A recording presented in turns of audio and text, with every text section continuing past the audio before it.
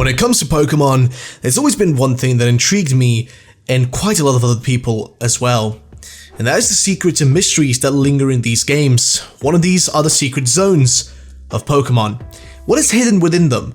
Are they truly hidden, and what secrets can we unfold from them? Well, today I plan to talk about just that, about some of the secret zones that can be found in Pokemon. Let's get started. Mirage Island.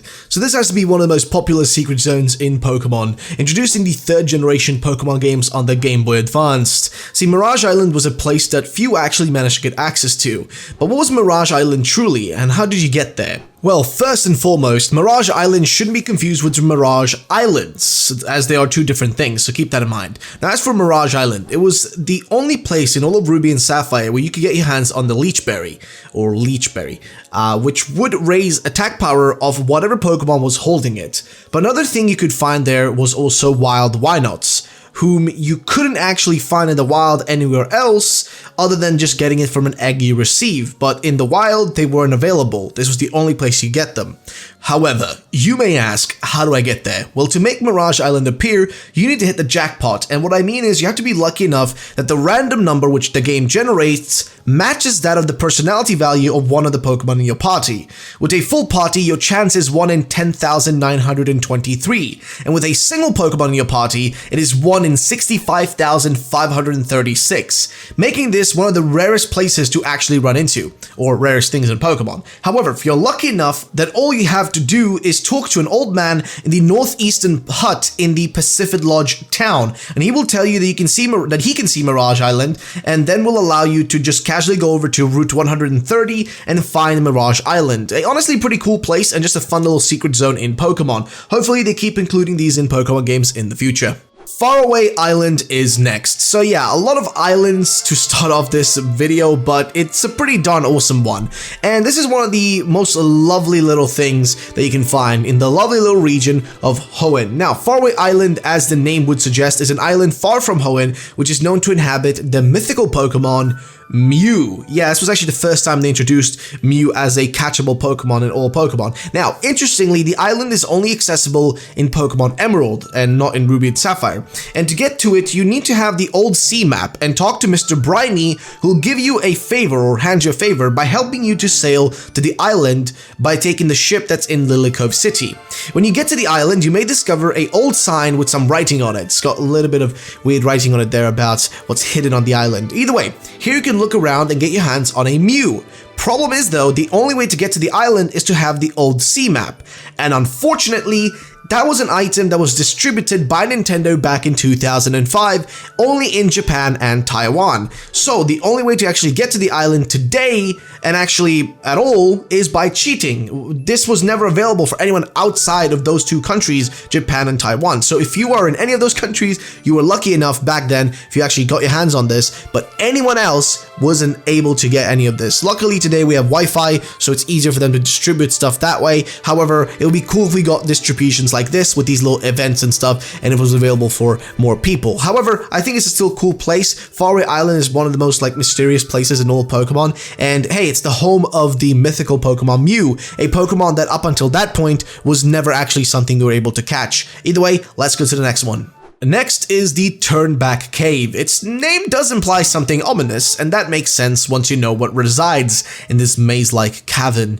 You see, in it you can find yourself the legendary Pokemon Giratina. As for how you get there, it really isn't that difficult, as it's kind of on your way through the game. However, what is the deal with this place? Because that's where the secretness comes from it. Well, you see, according to the scripture on the pillar where Giratina resides inside of the cave, it says that it's seemingly the place that separates the world and the distortion world. So the two places are separated here, a place that makes the two of them weaker. Now, this is the scripture that's written there.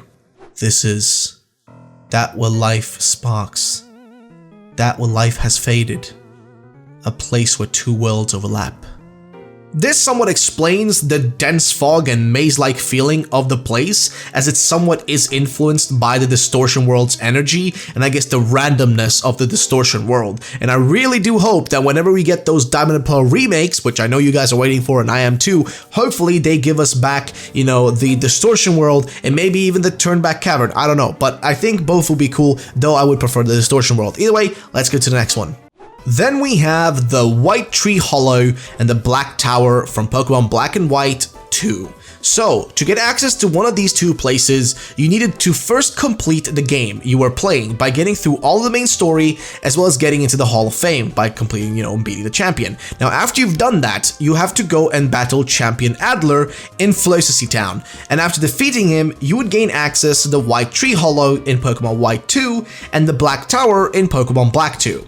An interesting fact though is also that if you entered the tower and fought your way to the 5th area in the tower, you would gain the ability to send your Tree Hollow key to those who play Pokemon Black 2, and this would grant them access to White Forest. But this worked the other way around as well, for Black 2 players that could send their keys to those playing White 2. Really interesting little thing you could do there, and kind of interesting in general. Now, these places were loaded with strong boss trainers that you could fight your way through. Overall, a pretty cool post-game hidden place in Pokemon Black and Pokemon White 2.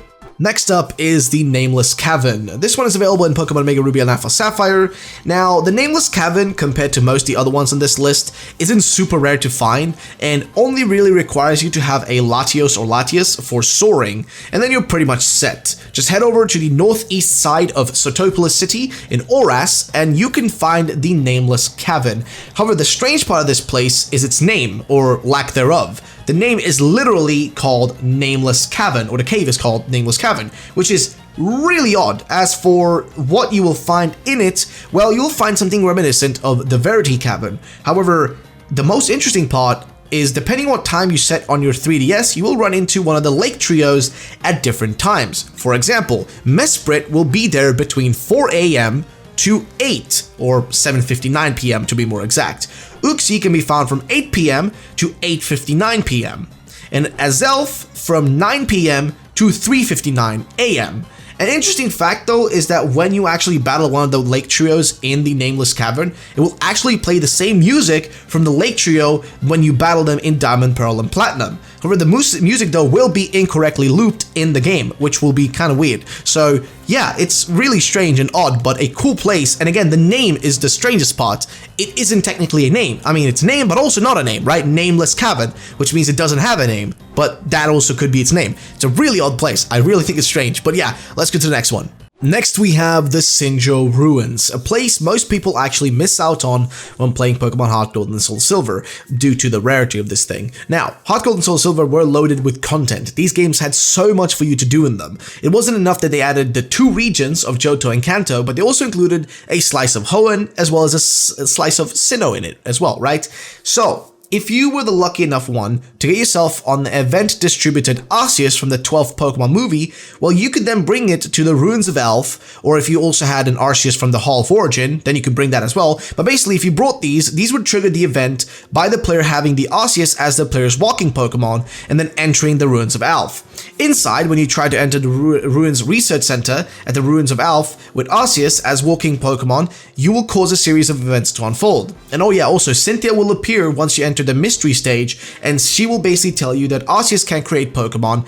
As such, you will have the option of creating one of the 3 legendaries, either Dialga, Palkia, or everyone's favorite Giratina. However, you can also only create one of them, keep that in mind. But if you have yourself 2 Arceus, one from the movie event and one from the Hall of Origin, then you actually have the ability to get yourself 2 Pokemon created instead of 1 through the mystery stage. So, this place is honestly really strange. And as for the history behind it, it is said that 1,000 years ago, or thousands of years ago, basically people came, or someone came from the Sinnoh region, who brought their culture and knowledge of the Spear Pillar to the people of Johto, and those in Johto shared their culture, which we can see in the Ruins of Elf, with these people, and they shared their culture between each other, which is what it influenced basically the Sinjo Ruins, which is why they look the certain way they do. And this honestly to me sounds like a really cool concept.